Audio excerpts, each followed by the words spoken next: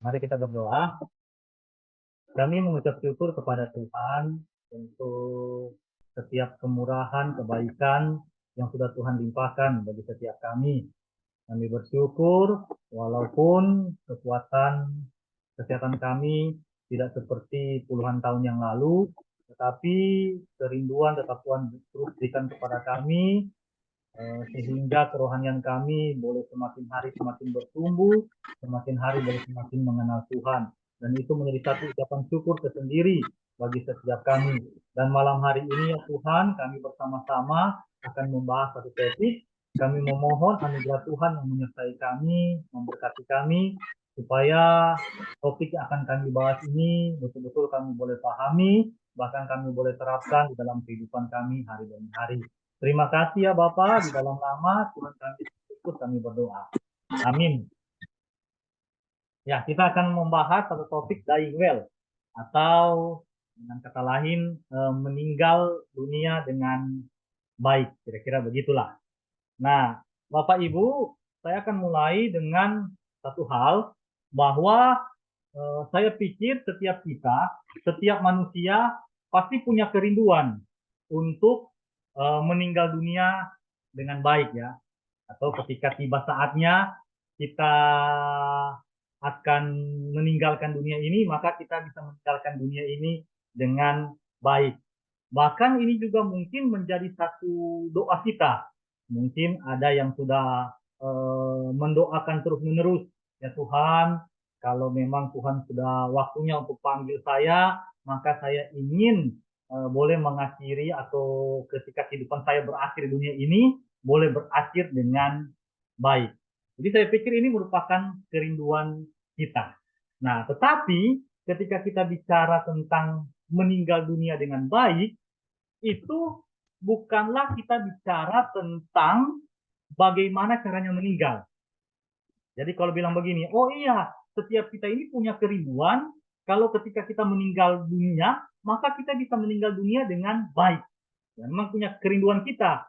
Tapi kalau bicara tentang meninggal dunia dengan baik, maka itu bukan berarti kita bicara tentang bagaimana caranya meninggal.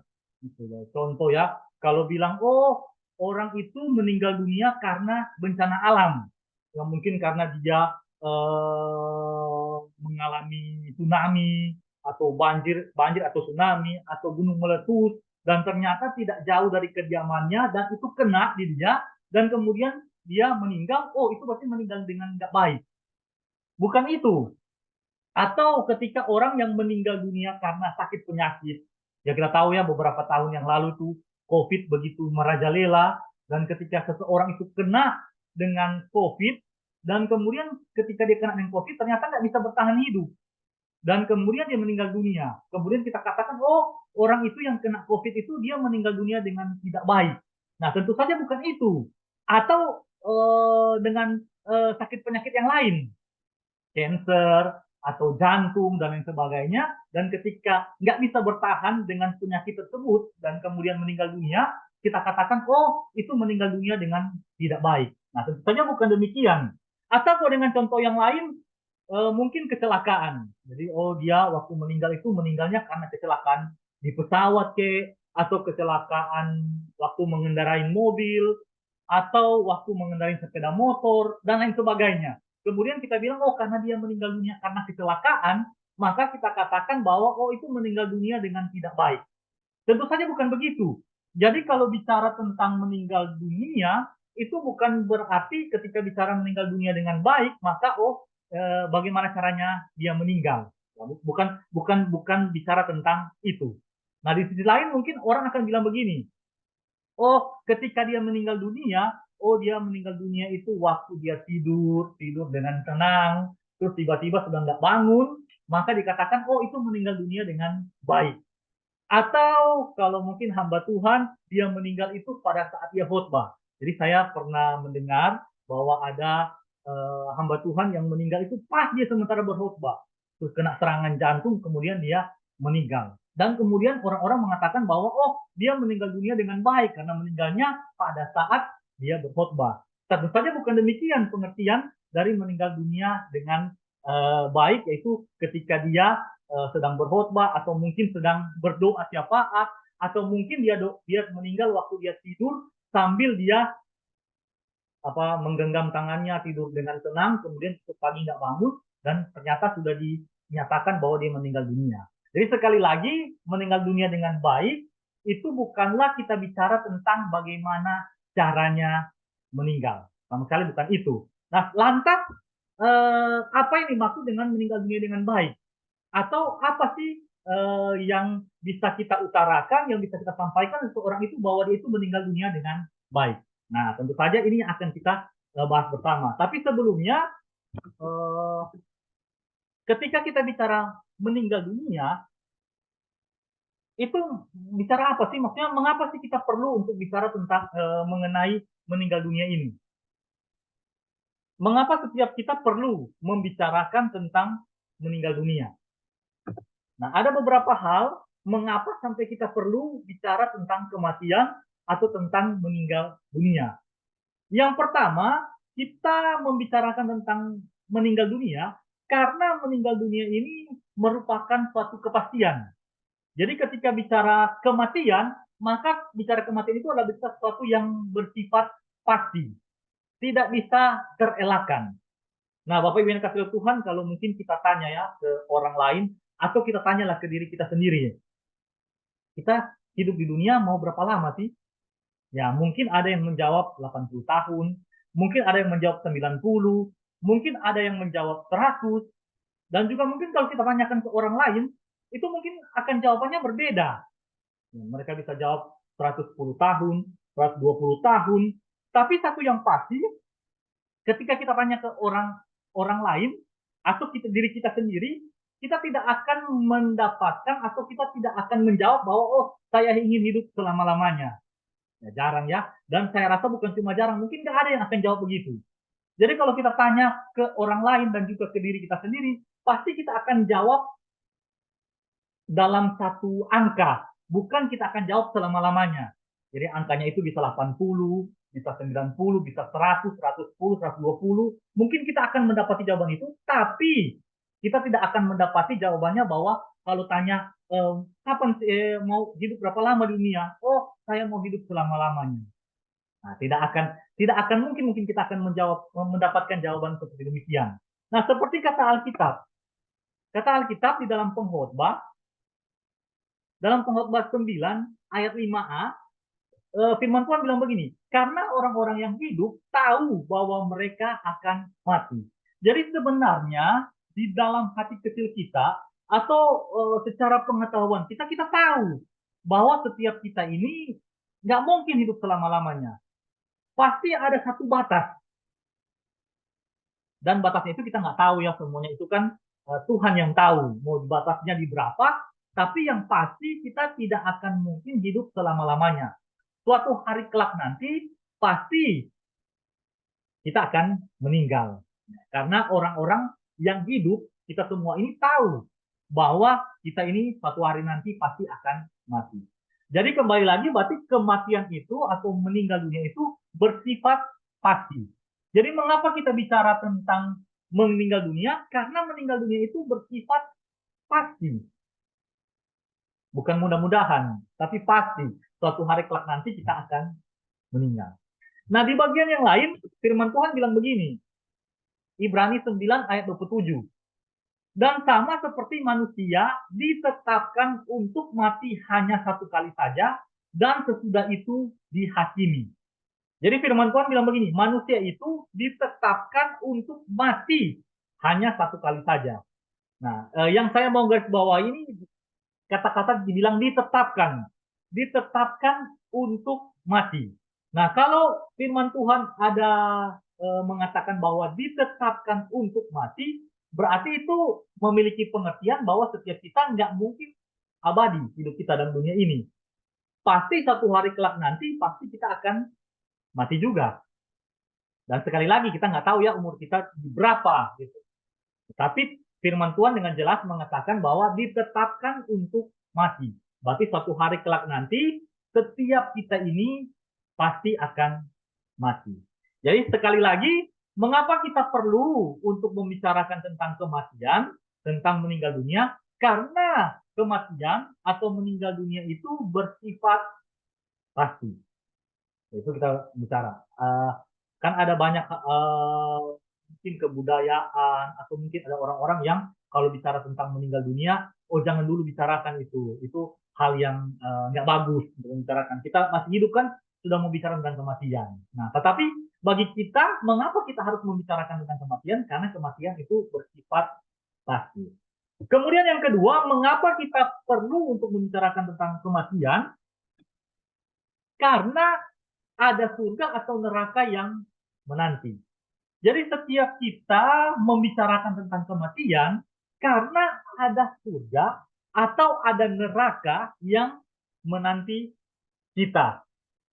Nah, Bapak Ibu, kalau ada orang yang tidak percaya akan adanya Tuhan, maka bagi dia ya kalau sudah meninggal dunia ya sudah selesai, sudah habis perkara. Jadi sudah nggak perlu lagi memikirkan hal-hal yang lain. Karena kan hidup dalam dunia, ya hidup ini dalam dunia yang harus kita pikirkan. Kalau kita sudah meninggal, sudah mati, maka sudah nggak ada lagi hal-hal yang lain yang perlu kita pikirkan. Atau dengan kata lain, sudah nggak ada lagi kehidupan setelah kematian. Jadi sudah beres, sudah berakhir. Nah, itu untuk orang yang tidak percaya adanya Tuhan. Nah, tapi kalau orang yang percaya adanya Tuhan, dan mungkin kepercayaannya itu bahwa adanya Tuhan, tapi Tuhan itu hanya melulu penuh dengan kasih, maka mungkin pemikirannya lain. Karena dia menganggap bahwa Allah itu kan ada, memang ada, tapi Allah itu maha pengasih, maha penyayang, maha pengampun, maha pemurah. Maka kalau Allah yang demikian, ya pasti Allah akan menyediakan surga bagi kita sekalian. Jadi kalau ketika kita meninggal dunia, maka tempat kita di surga. Karena Allah itu kan Allah yang penuh dengan kasih. Allah itu Allah yang penuh dengan kemurahan. Allah itu Allah yang baik adanya. Nah, tetapi kita tahu bersama bahwa pengertian yang seperti demikian itu juga merupakan satu pengertian yang keliru. Karena bukan cuma surga yang ada, tetapi surga maupun neraka itu ada. Dan setelah kita meninggal dunia nanti, maka kita akan menuju entahkah kita ke surga ataukah kita ke neraka. Yang pasti dua tujuan itu yang akan menjadi tujuan akhir daripada kita semua ketika kita meninggal. Dan itu pun selaras dengan apa yang disampaikan oleh Alkitab.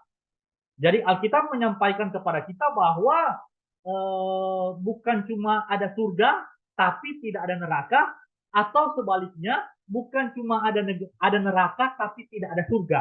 Tidak demikian, tapi Alkitab memberitahukan kepada kita satu hal yang jelas, bahwa ada surga dan ada neraka. Di dalam Roma 2 ayat 6 sampai 8, firman Tuhan bilang begini. Ia akan membalas setiap orang menurut perbuatannya, yaitu hidup kekal kepada mereka yang dengan tekun berbuat baik, mencari kemuliaan, kehormatan, dan ketidakbinasaan, tetapi murka dan geram kepada mereka yang mencari kepentingan sendiri, yang tidak taat kepada kebenaran, melainkan taat kepada kelaliman. Jadi yang saya garis bawahi dari kitab Roma 2 ini, ayat 6 sampai 8, bahwa ternyata ada dua tempat.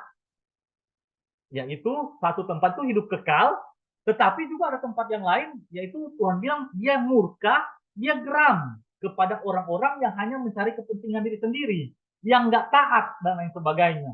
Nah, berarti setiap kita manusia ini, setelah kita meninggal dunia, kita bukan ditempatkan pada satu tempat, baik itu maksudnya cuma surga, tidak, atau tempat kita semuanya di neraka, tidak, atau nggak ada di mana-mana. Jadi setelah meninggal ya sudah selesai. Nggak demikian. Tapi firman Tuhan bilang ada dua tempat.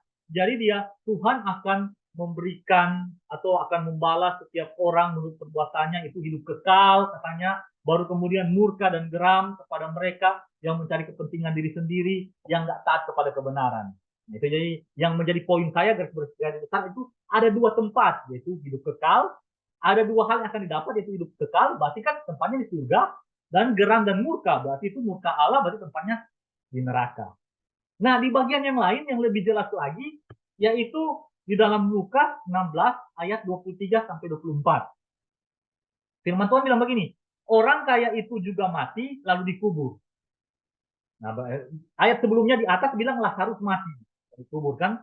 Nah, kemudian mulai ayat 23, orang kaya itu juga mati lalu dikubur. Dan sementara ia menderita sengsara di alam maut, ia memandang ke atas dan dari jauh dilihatnya lah Abraham dan Lazarus duduk di pangkuan Abraham. Lalu ia berseru katanya, Bapak Abraham, kasihanilah aku, suruhlah Lazarus supaya ia mencelupkan ujung jarinya ke dalam air dan menyejukkan lidahku, sebab aku sangat kesakitan dalam nyala api ini. Nah, jadi dari sini kita lihat ya, Lazarus meninggal, orang kaya itu juga meninggal, tapi ternyata tempatnya beda. Dia ada di sengsara di alam maut, baru kemudian Lazarus duduk di pangkuan Abraham. Jadi kan nggak bilang satu tempat ini setelah meninggal, tapi dibilang ada dua tempat. Dan kita tahu bersama ya bahwa ketika bilang sengsara alam maut, berarti itu di neraka, sedangkan duduk di pangkuan Abraham itu berarti di surga. Jadi berarti kedua hal ini mau menunjukkan bahwa memang ada surga atau neraka yang menanti setiap kita. Jadi setelah kita meninggal dunia, tempat tujuan kita atau tujuan akhir kita itu cuma dua, surga atau neraka. Jadi itulah sebabnya mengapa kita membicarakan tentang meninggal dunia. Kita membicarakan meninggal dunia karena meninggal dunia itu bersifat pasti, kematian itu bersifat pasti, kemudian yang kedua ada surga atau neraka yang menanti. Nah itu. Sekarang kita kembali lagi ke dalam pembicaraan kita itu dying well. Jadi meninggal dengan baik atau kematian dengan baik. Nah, Bapak Ibu yang dikasih oleh Tuhan, bagaimana sih kita itu supaya bisa dikatakan meninggal dengan baik atau meninggal dunia dengan baik. Nah, seperti yang di awal kan yang saya katakan bahwa ketika kita bicara tentang meninggal dunia dengan baik, maka kita bukan bicara tentang cara matinya, cara meninggal dunianya. Ya mau meninggalnya itu bencana alam, sakit penyakit atau kecelakaan dan lain sebagainya. Nah, itu bukan dikategorikan bukan dikategorikan sebagai dengan baik atau tidak baik, bukan itu, pembahasannya bukan itu. Tetapi ketika kita bicara meninggal dunia dengan baik adalah ketika setiap kita ini percaya kepada Yesus Kristus. Jadi Bapak Ibu yang dikasih oleh Tuhan, kalau kita bicara tentang meninggal dunia dengan baik adalah ketika kita sekalian ini meninggal itu ketika kita percaya kepada Yesus Kristus. Jadi kalau kita percaya kepada Yesus Kristus, mau kita meninggal dengan cara kecelakaan kecelakaan di udara, di laut, di darat, mau kita meninggal waktu kita mengalami sakit penyakit, atau mau kita meninggal karena bencana alam dan lain sebagainya, itu tidak masalah.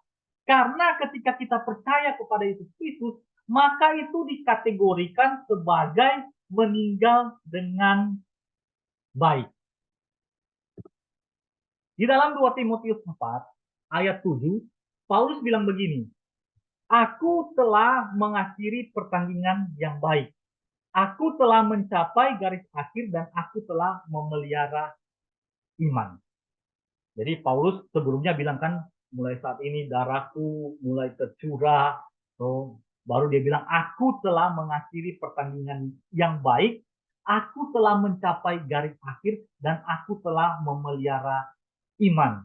Artinya dalam perjalanan Paulus, Paulus mengalami satu fase di mana dia percaya kepada Kristus.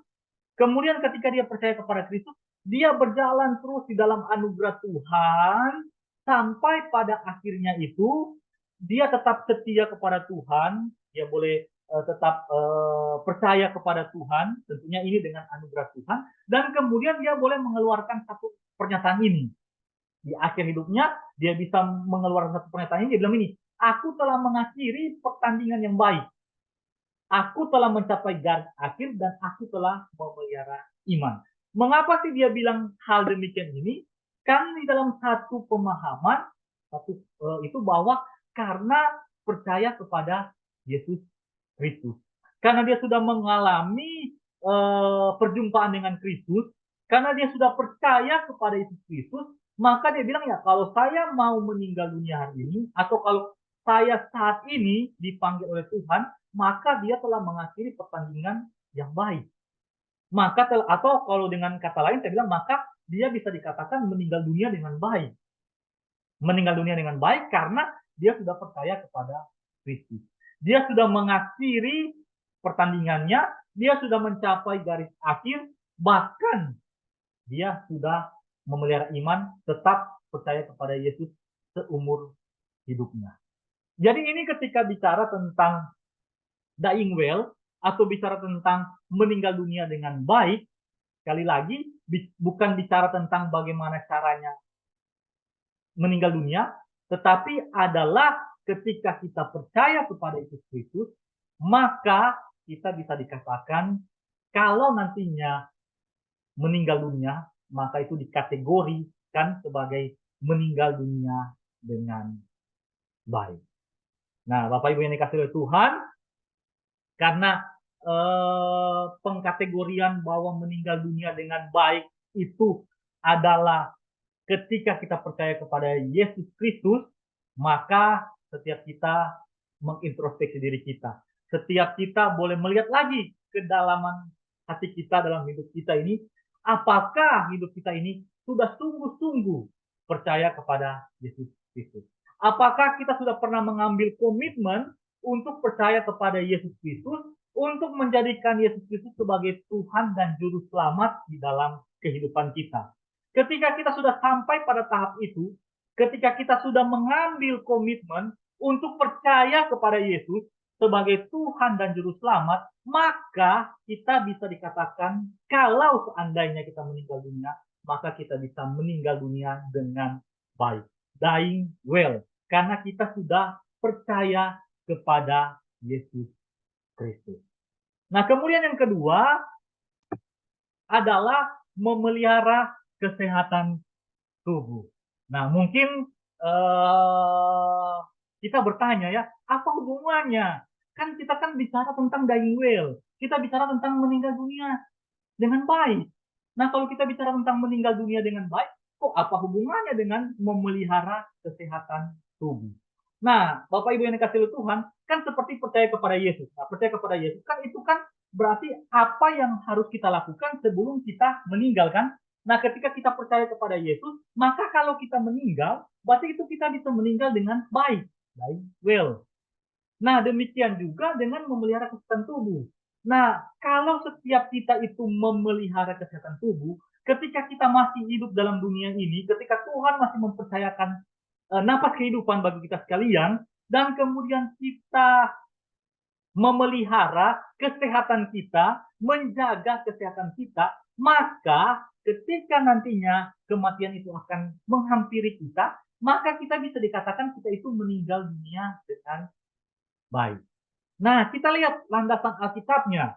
Nah, landasan Alkitabnya di dalam Filipi 1 ayat 23. Ayat 21. Filipi 1 ayat 21 Paulus bilang begini, karena bagiku hidup adalah Kristus dan mati adalah keuntungan. Jadi Bapak Ibu, Paulus ini dia tidak cuma bilang begini, karena bagiku mati adalah keuntungan. Atau dia tidak hanya bilang begini, karena bagiku mati dalam Kristus adalah keuntungan. Dia nggak bilang begitu kan? Di dalam ayat 21 ini, jelas dia ada bilang, bagiku hidup adalah Kristus, mati adalah keuntungan. Jadi dia ada bilang dua hal. Dia bilang pertama hidup adalah untuk Kristus, sedangkan kalau dia mati, maka itu adalah keuntungan. Nah, itu berarti kalau dari statement Paulus ini dia bilang hidup adalah untuk Kristus, berarti dia itu harus hidup sungguh-sungguh untuk Kristus, berarti dia harus mengerjakan apa yang Kristus mau. Betul nggak ya? Kalau dia bilang begini, hidup adalah Kristus, berarti seluruh kehidupan dia harus dia fokuskan kepada Kristus. Karena dia bilang kan, karena bagiku hidup adalah Kristus.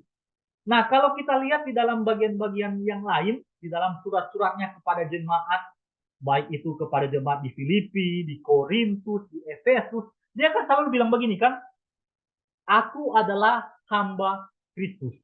Aku adalah Rasul Yesus Kristus. Jadi kan ketika dia bilang dia hamba Kristus, itu berarti dia ini budaknya Kristus. Atau dengan kata lain, dia itu bawahannya Kristus. Dia ini budak, sedangkan tuannya itu Kristus. Dan implikasi dari perkataan dia bilang aku adalah hamba Kristus, itu berarti dia harus mengerjakan apa yang Kristus mau. Jadi sebagai budak, sebagai hamba, ya saya mengabdi kepada Tuhan saya, yaitu Tuhan saya adalah Kristus. Dan kalau Tuhan mau apa, ya saya harus lakukan. Nah, inilah yang saya bilang dengan dying well itu harus memelihara atau menjaga kesehatan tubuh. Karena apa? Karena begini, kalau kita tidak menjaga kesehatan tubuh kita pikir, wah hidup kan cuma sekali, hidup cuma sekali ya sudah nikmati. Ya sudah tahu kolesterol, wah makan yang apa namanya makan yang bisa menyebabkan kolesterol itu naik. Sudah tahu darah tinggi, nggak jaga makan dan lain sebagainya. Nah kalau kita melakukan hal demikian, ya bagaimana kita bisa hidup untuk Kristus?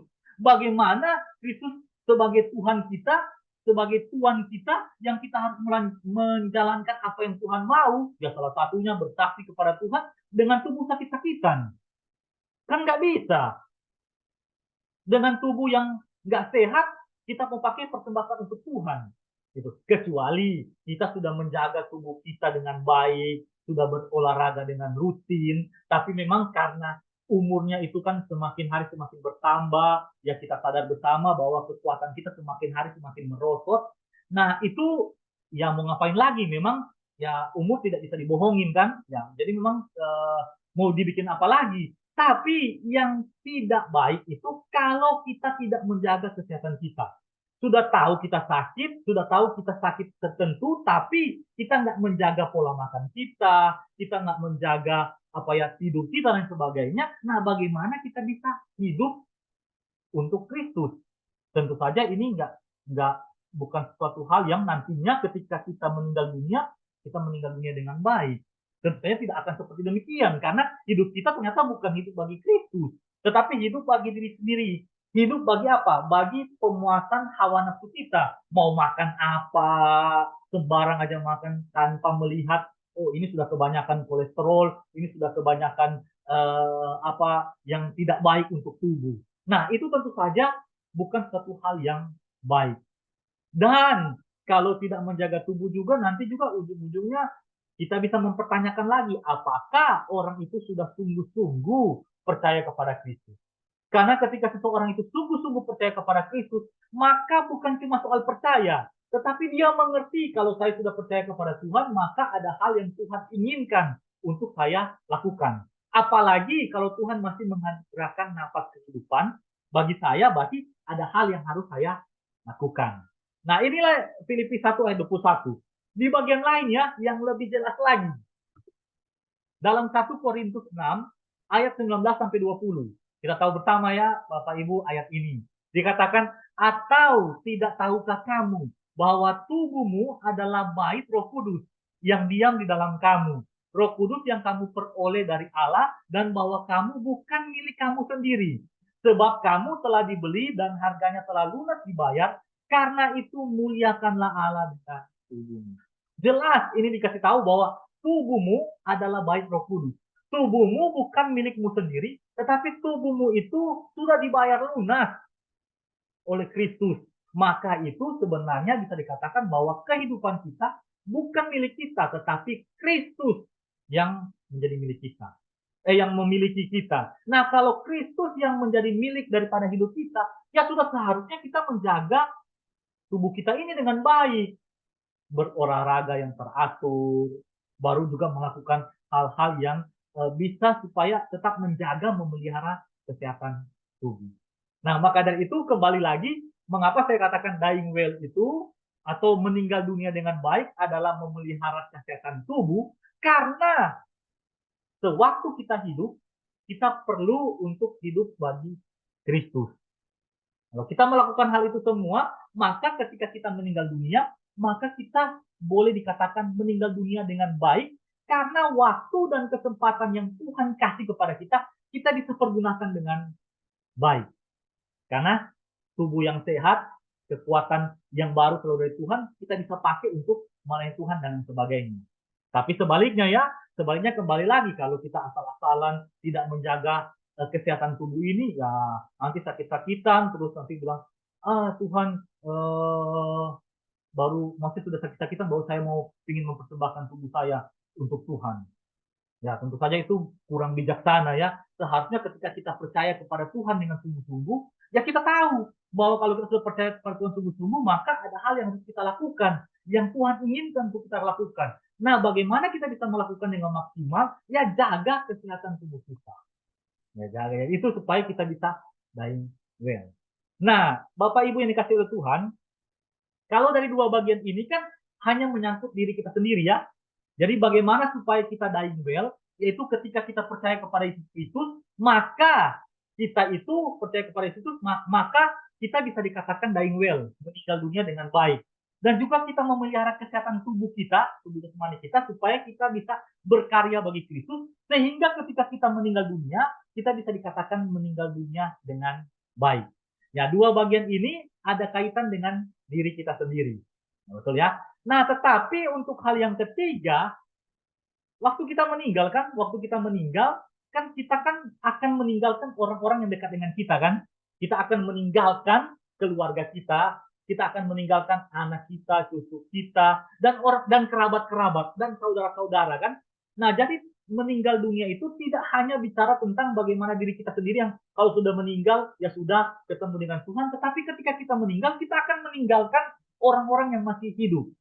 Nah, sehingga untuk bagian yang ketiga ini, bagaimanakah supaya kita dying well, kita bisa meninggal dunia dengan baik, adalah bagaimana kita meninggalkan sesuatu hal yang baik bagi orang yang kita tinggalkan. Entah anak kita, entah cucu kita, saudara bersaudara, kerabat kita, dan lain sebagainya. Jadi supaya kita bisa dying well, supaya kita bisa meninggal dunia dengan baik, maka kita meninggalkan apa yang baik bagi orang yang masih hidup, bagi keluarga kita. Dan untuk yang ketiga ini saya bilang dengan warisan ilahi. Jadi bagaimana supaya kita dying well, meninggal dunia dengan baik, adalah dengan kita meninggalkan warisan ilahi kepada keluarga kita. Nah, warisan ilahi itu apa saja sih? Nah, saya melihat warisan ilahi itu yang pertama adalah warisan iman. Sekali lagi ya, ketika kita bicara meninggal dunia, bukan cuma bicara tentang satu aspek cuma kita sendiri. Kita meninggal berarti sudah, kita akan ketemu dengan Tuhan. Tidak. Tetapi ketika kita meninggal, kita akan meninggalkan orang-orang yang masih hidup, keluarga kita. Sehingga kalau kita akan meninggalkan orang-orang yang masih hidup, keluarga kita, maka kita harus memikirkan sesuatu hal yang baik untuk mereka. Atau bisa dikatakan yang terbaik untuk mereka. Nah, yang terbaik untuk mereka itu adalah warisan iman. Yang terbaik untuk mereka adalah satu warisan yang kekal adanya, yaitu warisan iman. Nah, kita ingat di dalam 2 Timotius 1 ayat 5, Paulus bilang kepada Timotius, sebab aku teringat akan imanmu yang tulus ikhlas, yaitu iman yang pertama-tama hidup di dalam nenekmu Lois dan di dalam ibumu Eunike, dan yang aku yakin hidup juga di dalam dirimu, Timotius. Jadi Paulus bilang begini, Paulus teringat akan iman neneknya Timotius, yaitu Lois, dan juga mamanya, yaitu Eunike. Dan dia percaya iman yang sama itu ada juga di dalam diri Timotius. Nah, bagaimanakah sampai Timotius itu bisa punya iman yang sama dengan Eunike dan Lois? Ya tentu saja kan anugerah Tuhan ya. Tapi selain anugerah Tuhan, saya percaya juga bahwa karena neneknya itu Lois, itu menurunkan atau mengajarkan kepada Eunike, dan kemudian Eunike itu meneruskan kepada Timotius, sehingga Timotius bisa punya iman. Jadi mengajarkan tentang iman kepada Yesus Kristus. Dari Louis itu mengajarkan tentang iman kepada Yesus Kristus kepada Yunike, dan kemudian Yunike itu mengajarkan kepada Timotius, sehingga Timotius pun bisa memiliki iman yang sama. Jadi ada satu warisan, ada satu legasi yang luar biasa yang dikerjakan dari Louis kepada Yunike dan kemudian kepada Timotius. Dan itu adalah warisan iman. Nah, ini yang perlu kita segenap pikirkan tentang bagaimana supaya kita bisa dying well adalah dengan kita meninggalkan satu warisan, yaitu warisan iman kepada anak cucu kita, kepada keluarga kita, kepada kerabat kita. Karena ini yang diperlukan oleh dunia zaman sekarang, dan juga udah zaman dulu dan zaman yang akan datang. Ini yang sangat diperlukan oleh dunia, yaitu bagaimana percaya kepada Yesus Kristus. Nah, ini yang perlu kita pikirkan sehingga setiap kita boleh memikirkan dari saat sekarang ini, kita memikirkan bahwa siapa di antara keluarga kita yang belum percaya kepada Tuhan, kita menggumulkan, kita mendoakan, memohon belas kasihan kepada Tuhan jikalau sekiranya boleh Tuhan menjamah hati mereka, dan supaya ketika Injil diberitakan mereka boleh percaya kepada Tuhan. Nah, sehingga kalau kita meninggal dunia karena sudah ada warisan iman yang kita lakukan, maka kita bisa meninggal dunia dengan baik. Dan saudara-saudara kita pun pada satu hari kelak nanti ketika mereka meninggal dunia pun mereka bisa meninggal dunia dengan baik karena ada iman kepada Yesus Kristus. Nah, Bapak Ibu, sekali lagi biarlah ini kita boleh pikirkan, boleh menggumulkan, mendoakan untuk keluarga kita yang belum percaya kepada Tuhan. Kemudian dying well yang kedua apa? Nama baik. Tentunya kan setiap kita kan menginginkan bahwa kalau di dalam hidup kita ketika kita meninggal dunia, anak-anak kita itu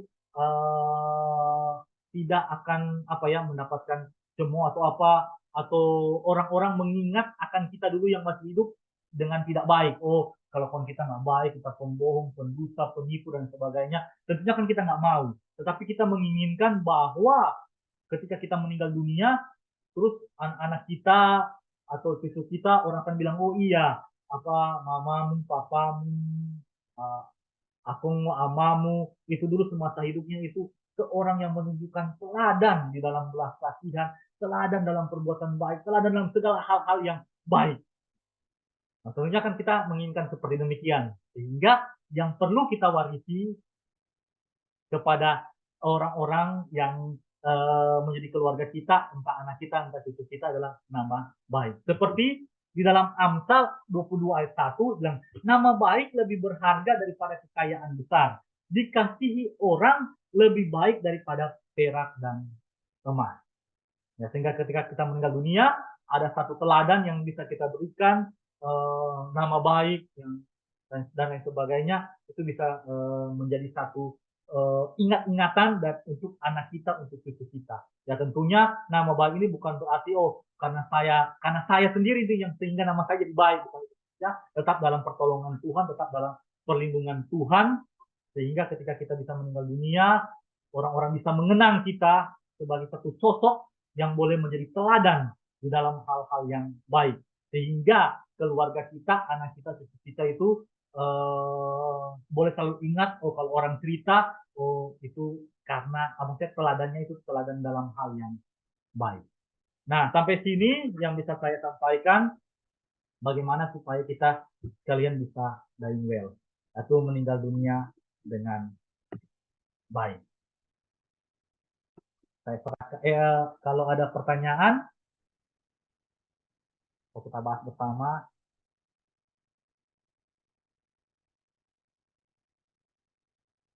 Atau ada yang mau sharing? Contoh, tanya contoh. Silakan. Suara saya kedengaran? Kedengaran. Dengar. Ya, contoh kan ada orang bilang misalnya kita ini orang percaya meninggal dunia, pastinya kita masuk surga ya kan? Kira-kira masuk surga itu ada kelas-kelasnya enggak ya? Maksudnya ada orang kan percaya, oh ini orang ini jadi apa misalnya di surga itu ada kelas-kelasnya. Menurut Suantau, pendapat Suantau itu. Iya. Saya sih percaya bahwa di surga itu nanti nggak ada kelas-kelas karena kita semua dikategorikan orang percaya dan kita percaya itu karena kebenaran Kristus. Jadi kita kan Tuhan memandang kita sebagai orang sebagai benar karena kebenaran Kristus. Jadi kan bukan karena kita sebenarnya, bukan karena kita berbuat baik sehingga kita dapat surga. Jadi semua itu hanya karena kebenaran Kristus sehingga kita dilihat oleh Tuhan sebagai orang yang benar, dan karena kita dilihat sebagai orang yang benar maka kita dapat surga. Nah kalau dapat surga terus kalau tingkatan-tingkatan kayaknya enggak gitu. Tapi kalau bilang upah ya pasti kita dapat. Kita di surga nanti kita dapat upah, tetapi upahnya itu bukan berarti karena maksudnya upahnya itu karena maksudnya nantinya kita berbuat baik, kita mesti berbuat baik supaya kita masuk surga, nanti surga dapat upah, bukan begitu. Sekali lagi kan karena kita percaya kepada Yesus, kita masuk surga kan, kita dapat surga. Nah ketika kita percaya kepada Yesus, nah untuk kesetiaan kita, untuk ketaatan kita itu nanti di surga itu dapat upahnya. Nah tapi kalau tanya upahnya model bagaimana, saya kurang tahu. Tapi kalau di Korintus kan dia bilang kan, Paulus bilang kan mahkota kehidupan lah. Seperti demikian nih. Jadi kayaknya nggak ada kelas-kelas. Jadi orang bilang kan nanti dekat dengan Yesus, dekat dengan Paulus dan lain sebagainya. Itu rumahnya katanya dekat di sana. Jadi pikirannya masih pikiran apa ya, masih pikiran materi, masih pikiran nanti dekat dengan, enggak, di surga kita semua dekat dengan Tuhan, kita memuji memuliakan Tuhan di sana.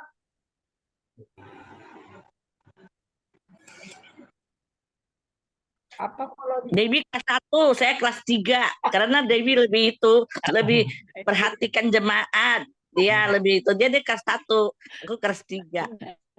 Bukan gitu contoh. Kalau yang apa ilalang dan apa itu bukan firman Tuhan yang ayat tuh ilalang apa-apa kita di kelompok-kelompokan gitu. Itu bukan berarti ada kelas-kelasnya ya itu ya. Bukan. Kalau ilalang itu maksudnya lagi menceritakan maksudnya di dalam gereja itu nanti jangan kita pandang bahwa ketika di gereja itu semua orang percaya. Enggak, karena terkadang di dalam gereja juga ada orang-orang yang belum percaya, yang diibaratkan ilalang itu. Jadi artinya Tuhan yang tahu siapa sih betul-betul percaya Tuhan Yesus ya sama. Iya, yang nggak percaya. Nah kan kalau ilalang kan nggak percaya kan tempatnya di mana? Tempatnya kan di neraka nantinya. Ilalang itu akan dibakar habis di sana. Gitu. Jadi ilalang itu bukan tempatnya di surga, enggak, tempatnya di neraka. Kalau ilalang tempatnya di surga ya mungkin nanti ada kelas-kelasnya. Oh dia kan ilalang ini. Tapi enggak, tempatnya di neraka. Itu. Ini guyon aja sih, dulu ingat-ingat Ko Ali. Ingat Ko Ali kan dia nggak tahu persepsinya yang salah atau bagaimana ya kan, atau dia cuma sekedar berkata-kata hiburan gitu. Waktu kita lagi dekor dulu kan nggak ada orang mau dekor kan, jadi akhirnya saya sama dia dekor, nggak tahu sama siapa, 3 orang lah kami dekor gitu kan. Terus dia bilang, ya kita ini nggak ada orang mau kerjain dekor katanya. Nanti mungkin kita ada kelas-kelasnya kalau kita meninggal. Kita di tingkat ke-7. Tingkat ke-7 itu maksudnya paling tinggi gitu loh ya. Jadi ada tingkat-tingkatan surga. Jadi surga itu seperti ada bangunan yang ditinggal. Jadi itu saya jadi ketawa juga setiap kali saya ingat Ko Ali punya nggak tahu dia gue sebelum Ko Ali ini bisa-bisa aja. Dia bilang iya katanya ada tingkat-tingkatnya. Jadi nah, itu yang ini maksudnya kita harus sampaikan ke jemaat bahwa surga itu kita dapat bukan karena perbuatan kita, semata-mata karena Tuhan pilih kita toh. Nah, itu yang harus kita tekankan gitu. Ya, terima kasih Santo. Terus mengenai kesehatan sharingnya kan seringkali orang berpikir, kita sudah meninggal pasti masuk surga lah. Kita meninggal sudah ditentukan Tuhan tanggal berapa, bulan berapa, tahun berapa, usia berapa. Ya hiduplah seenaknya, lalu makan, minum seenaknya gitu. Kalau menurut contoh bisa kasih sedikit tips apa buat kita kan. Tadi ada kesehatan, memelihara kesehatan tubuh ya kan. Itu baik sekali gitu. Iya.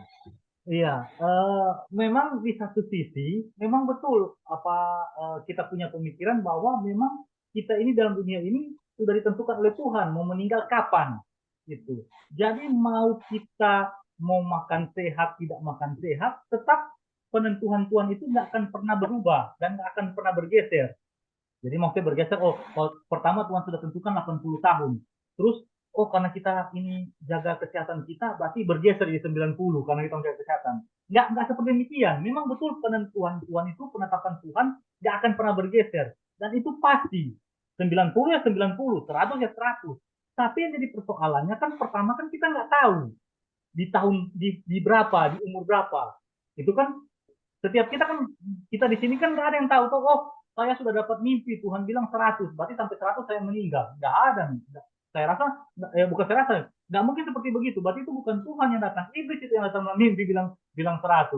Nah, karena kita nggak tahu itu, maka yang harus kita pikirkan bukan kepada penetapan Tuhan yang kita nggak tahu, tetapi penetapan Tuhan yang kita tahu, yang sudah dia bilang dalam Alkitab. Salah satunya yaitu tubuhmu adalah bait suci, maka itu harus menjaga tubuhmu dengan baik. Nah, itu yang kita tahu. Nah, kalau kita yang itu yang kita tahu, maka kita harus hidup sesuai dengan apa yang Tuhan mau itu, bukan sesuai dengan penetapan yang kita nggak tahu, yaitu urusan Tuhan yang kita nggak tahu. Mau 90, mau 100, 110, 110, itu kita nggak tahu. Nah, tapi kan penetapan Tuhan yang kita tahu, atau perintah Tuhan yang kita tahu, dia bilang, tubuhmu adalah bait suci. Bait suci ya berarti kita harus menjaga baik, dengan baik tubuh kita. Dan juga dengan rasul-rasul, salah satunya tadi Paulus. Paulus bilang hidup adalah Kristus, mati adalah keuntungan. Nah, ketika Paulus bilang hidup adalah Kristus, dia kan nggak bilang tuh bahwa di dalam itu cuma mati dalam Kristus adalah keuntungan. Enggak, tetapi kan dia bilang hidup adalah Kristus, mati adalah keuntungan. Jadi dia bilang dua hal. Dia bilang tentang hidup dan dia bilang tentang mati. Dan untuk tentang hidup, dia bilang hidupnya itu adalah untuk Kristus.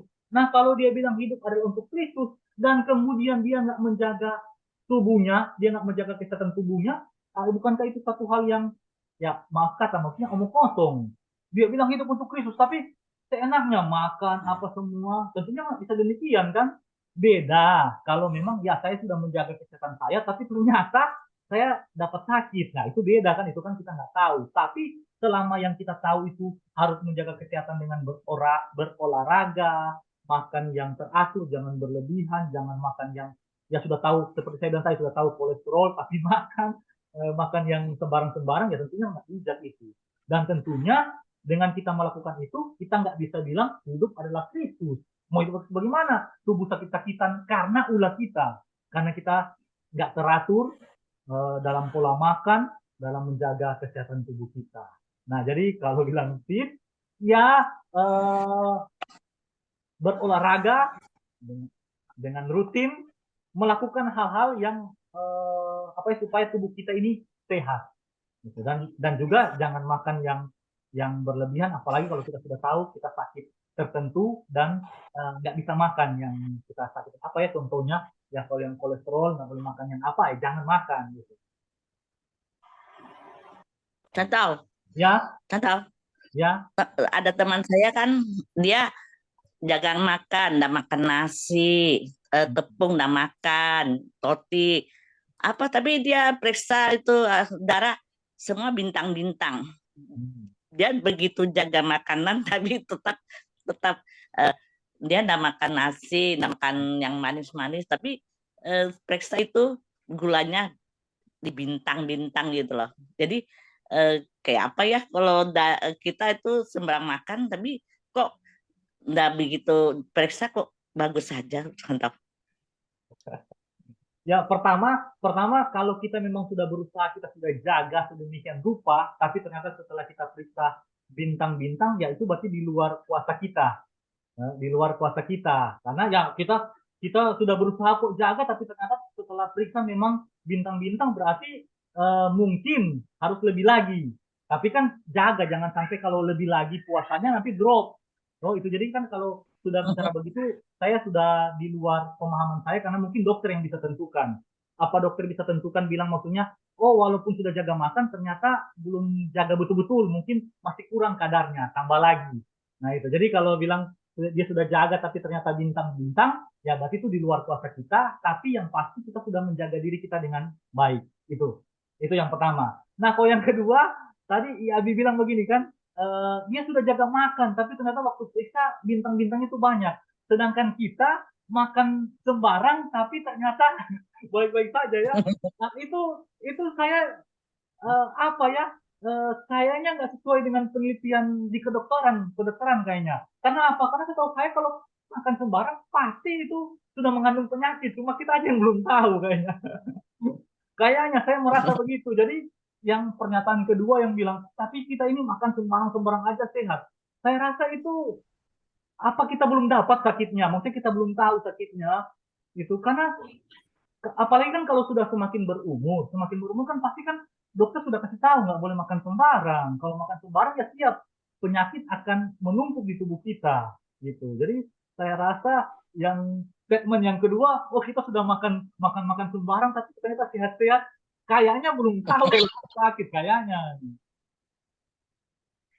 Itu seperti saya ini. Saya ini sangat takut dengan jarum suntik. Jadi sekarang saya sudah umur 40 tahun kan. Selama 40 tahun ini saya nggak pernah cek darah. Jadi maksudnya nggak pernah cek penyakit. Jadi untuk ambil darah saya nggak pernah. Dan saya ini merasa, oh saya makan sembarang, sehat kok saya, apa nggak ada rasa penyakit, nggak ada rasa penyakit. Tapi kan saya nggak tahu. Kalau saya tes, nah nanti bintang-bintang lagi ini. Seperti demikian.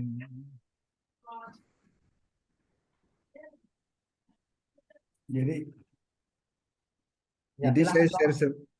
Halo, Ya, ada kok. Kedengaran. Iya. Silakan. ya, saya mau ngomong sebentar. Tadi masalah yang pertama ya, masalah umur panjang.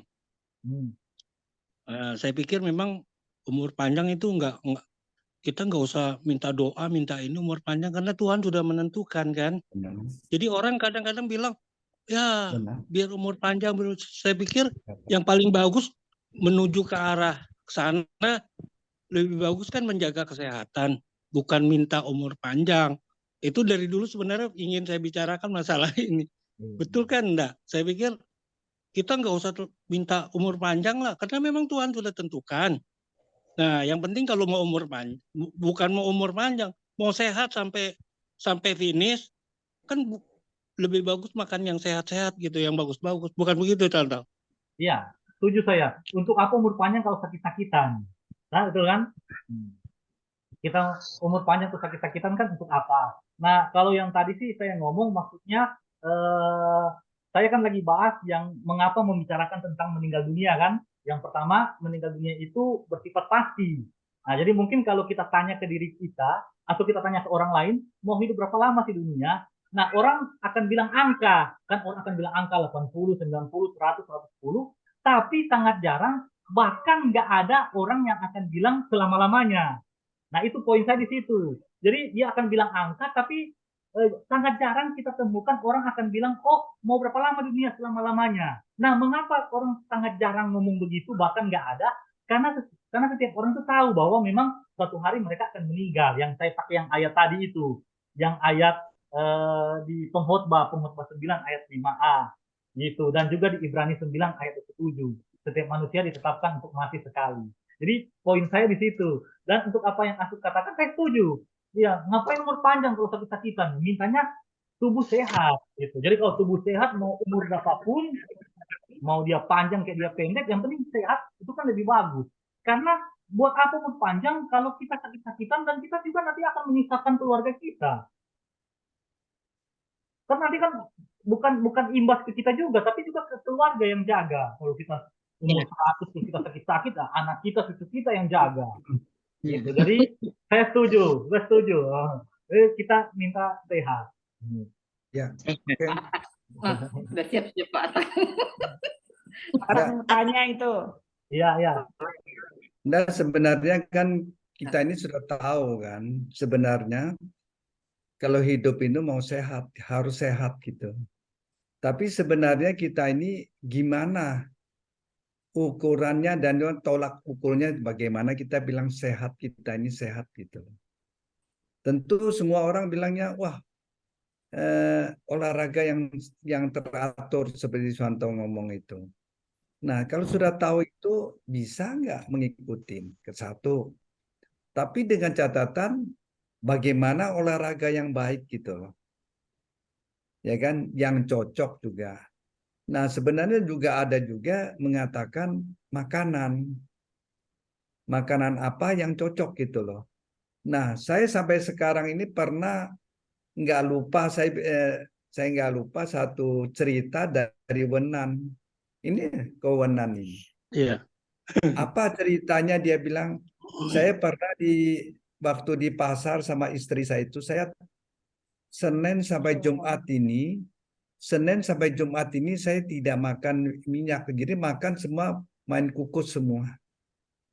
Dan juga katanya selama ini saya makan ini, saya terapi, anggap aja terapi lah ya. Terapi makanan kukus, dikukus, baik katanya terong dikukus, pare dikukus, kentang dikukus. Benar-benar cerita kolesterol atau apa, ini apa, baik sekali. Betul nggak kawan? Iya, untuk kolesterol memang itu paling bagus sudah. Nah, itu cerita. Tapi memang kalau untuk kolesterol kan, tapi Ya. semuanya ini kita bicara bukan kolesterol saja. Apakah ada lain lagi kan? Yang penyakit, nah semuanya apakah baiknya bukan karena kita di klinik kita ada lab, itu juga harus diikutin. Jadi seperti Suwanto tadi sudah ngomong, jadi semua sudah tahu semua kan. Saya makan bebas makan ini, nggak taunya ada bintangnya gitu loh. Ya kan? Yang di mana? Dan juga ceritanya kan sama saja, kita nggak makan nasi loh ya. Cuma makan ini apa, goreng-gorengan juga banyak. Sama aja, tambah parah. Tambah parah gitu ceritanya kan. Di makanannya. Jadi istilahnya ya kalau mau bicara kesehatan memang berat juga gitu, sulit juga. Jadi memang perlu bicara benar-benar ini sehat ini, kesehatan itu bagaimana cara jaganya dan juga bagaimana ngatasin gitu. Iya. Nah, seperti kawanan itu kan puasa ini sudah cukup enak loh ya. Hidup di Jakarta katakan gitu kan. Artinya itu tiap pagi itu masih bisa jalan di ini apa di taman keliling gitu terus gitu. Nah, itu juga salah satu terapi kesehatan juga gitu. Ya, selama ini sih memang saya hampir 1 jam keliling taman itu tiap hari. Tiap hari lagi. Ya, seminggu 6 kali lah. Termasuk olahraga. Oh iya. Ya olahraga untuk jalan terus ya, jalan santai lah gitu kan. Iya, jalan aja. Udah nggak bisa kayak dulu lagi, masih bisa jogging. Sekarang nggak bisa sudah. Nggak bisa. Ya itu. Iya. Ya. Kapasitas saya ngomong hanya menjaga kesehatan, tapi bagaimana caranya? Ya itu mungkin bisa konsultasi dengan dokter. Karena dokter yang tahu kondisi tubuh kita, kondisi fisik kita, dan dokter yang akan mengarahkan maksudnya untuk apa makan yang harus dikurangi, atau olahraga apa yang cocok dengan kita, dan lain sebagainya. Karena kalau nanti saya yang ngomong, takutnya maksudnya tiap orang itu beda. Dia punya tingkat kesehatan, dan juga saya kurang paham untuk maksudnya bagaimana supaya sehat itu. Gitu. Maksudnya apa ya? Maksudnya kalau dia kolesterol tahap segini, kan berlebihan nggak baik, tapi juga kan kalau sama sekali nggak ada juga kan nggak baik kan. Seperti kalau gula kalau sama sekali nggak ada juga kan saya rasa itu nggak baik juga kan. Tapi ada takarannya, jangan sampai berlebihan. Nah itu, untuk yang hal begitu saya kurang paham mesti dengan dokter. Gitu. Saya Santo bukan dokter. Ini tips ya. Nah, Ini tips untuk cuantau juga ya. Cuantau atau hamba Tuhan itu perlu tahu juga gitu loh. Itu perlu istilahnya juga diajak juga satu program gitu loh. Kalau umpamanya itu bukan itu kalau saya menurut saya loh ya, hidup di dunia ini harus tahu itu. Harus diapakan, digalakkan. Jadi kalau kita bilang nanti mati itu urusan nanti kan. Tapi sekarang hidup ini loh, bagaimana cari kita jalankan sisa hidup ini dengan catatan bisa sehat sama-sama gitu loh. Tapi kalau contoh saja istilahnya loh, maaf lagi saya bicara ya, malas-malas olahraga, ya bagaimana kita bicara? Ya kan? Itu harus digalakkan juga supaya tahu, supaya semuanya itu bisa sehat gitu loh. Amin. Harus tahu. Ah, Watak berarti mesti lama di Balikpapan ini. Nggak bisa ke Bali kalau begitu.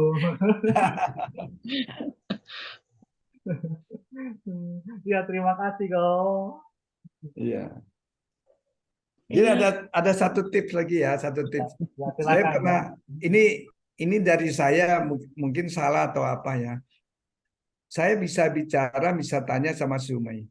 Sumei ini Sumei, Nah, kenapa? kalau saya tanya 健康是什么? 健康就是幸福咯。 健康是幸福. Bagaimana bahasa Indonesia supaya tahu semua? Sehat itu bahagia. Ya, sehat itu bahagia. Hati gembira adalah obat. hati sehat. Tapi saya ini ada satu tips lagi. 健康ya. 是要存多一点我们的气和力. Bagaimana? Coba diterjemahkan. Apa yang? Napasnya yang bagus. Hah? Apa Indonesianya?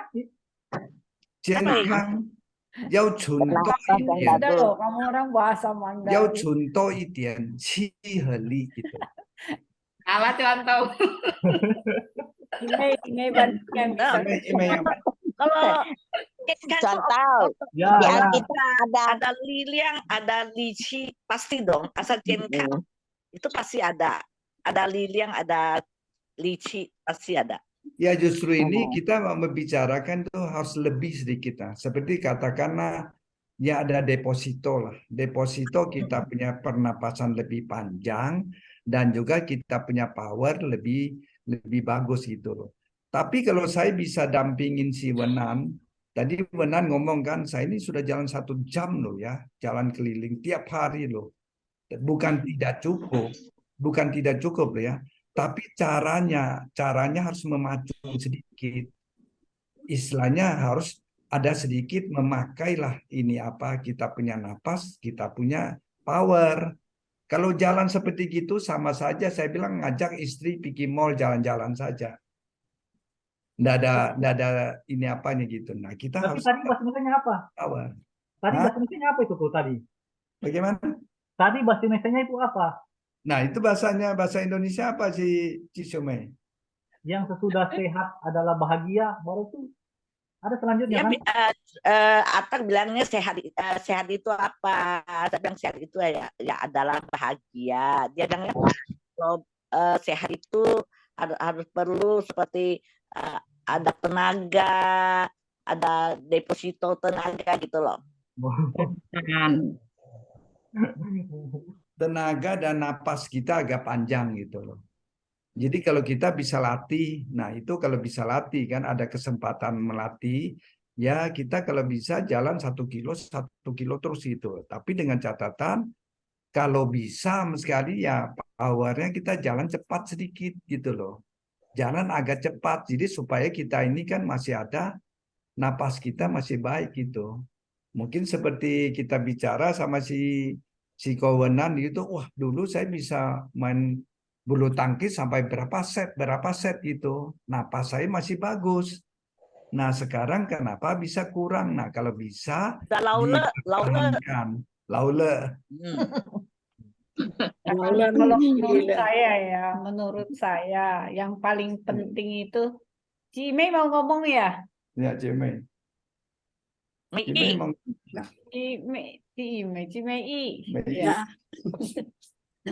Menurut saya yang penting kita kesehatan kita itu, kalau prinsip saya loh ya pribadi, kita menjaga, kita memang tahu usia kita di tangan Tuhan, tapi kita nggak mau kan kalau dengan usia panjang kita terus berbaring di tempat tidur, nggak sehat, nggak bisa melakukan aktivitas. Yang paling penting kita umur seberapa, kita sedapat mungkin kita tetap bisa bermanfaat bagi pelayanan pekerjaan Tuhan. Kalau saya intinya, saya mau sehat, saya mau tetap melayani supaya saya bisa melakukan aktivitas. Itu paling penting bagi kita semua. Ya, betul contoh kan?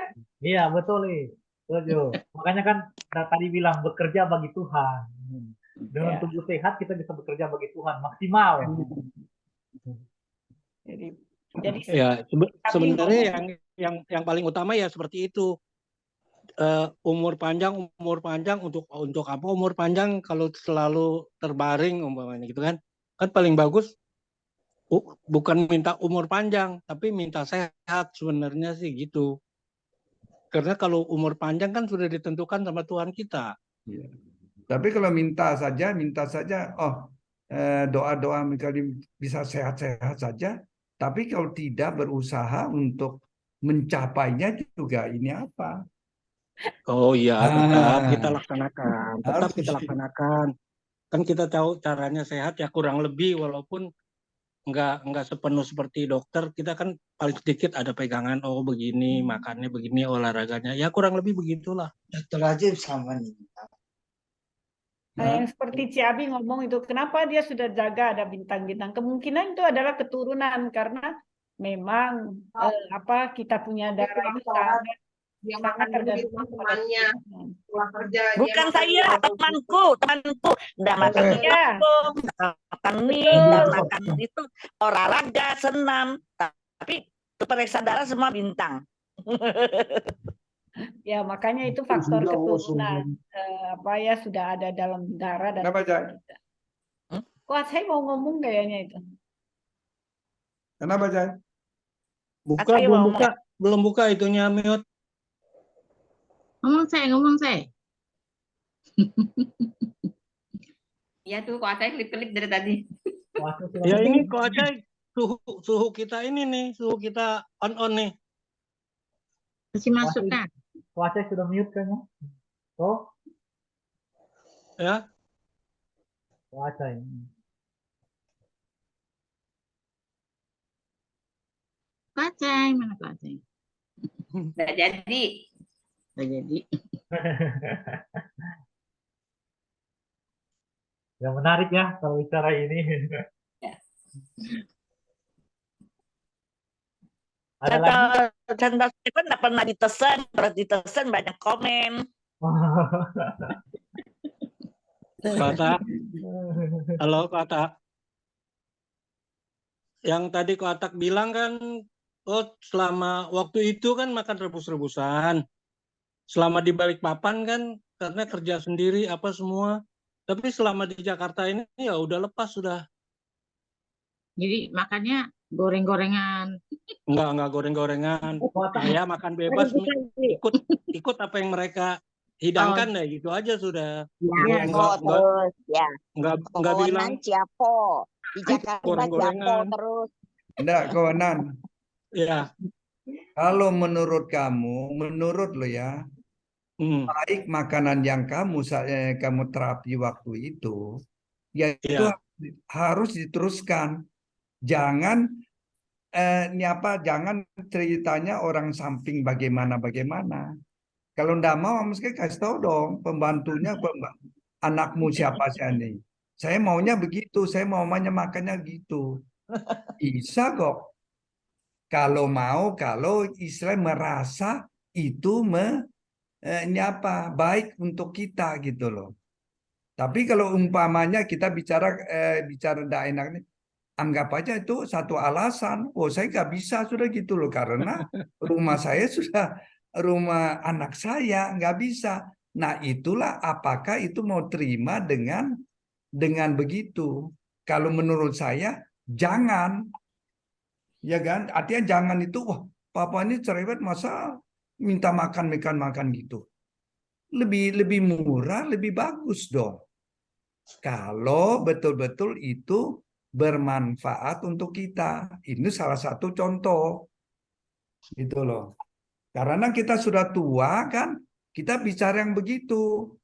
Jangan kita, oh nggak enak loh, nggak enak. Nggak ada lagi nggak enak. Waktu kita sisa sedikit. Iya betul. Begitu. Ya tapi selama ini ya udah ikut anak aja sudah apa yang dia sediakan ya. Kalau dulu kan sendiri, kita cuma berdua aja ya masak berdua, ya masak sendiri ya atur sendiri. Sekarang ya apa yang dihidangkan ya itu sudah dia makan. Makan sate babi. Aja bikin lapar. Apalagi di sini kalau di Jakarta kan terkenalnya kan bakmi ayam. Seminggu 2 kali makannya sarapannya bakmi ayam. Bakmi. Tapi kelihatan sehat Kak Una sama Baik, kelihatannya sehat. Iya. Sehat Kak, amin. Aduh. Ciapo terus kali ya. Ya, Ciapo bakmi ayam. Iya. Terus hati gembira kan, hati Nasi gembira. campur, ada siobanya. Nah, itu sehat itu. Kita kalau ngomong jadi kesehatan terus Santo sampai bingung. Kita bicara. Ya contoh, Ya. makanannya sehat, umur jadi panjang. Kalau sama Ya. ceritanya. Ayo. Santo cukup sudah Santo kayaknya 9.15 sudah. Ya, sudah. Kita doa ya. Ya. Ya. Mari kita berdoa. Kami bersyukur kepada Tuhan untuk malam hari ini. Kami boleh menyelesaikan akan pembahasan kami. Kami menyerahkan ke dalam tangan pengasihan Tuhan untuk setiap diri kami. Kami merindukan kami boleh menjadi anak-anak Tuhan yang setia. Kami merindukan bahwa suatu hari nanti ketika Tuhan panggil pulang kami, maka kami boleh meninggal dunia dengan baik.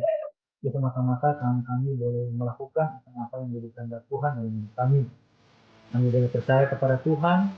Kami boleh dengan kekuatan kesehatan yang Tuhan berikan pakai untuk melalui Tuhan.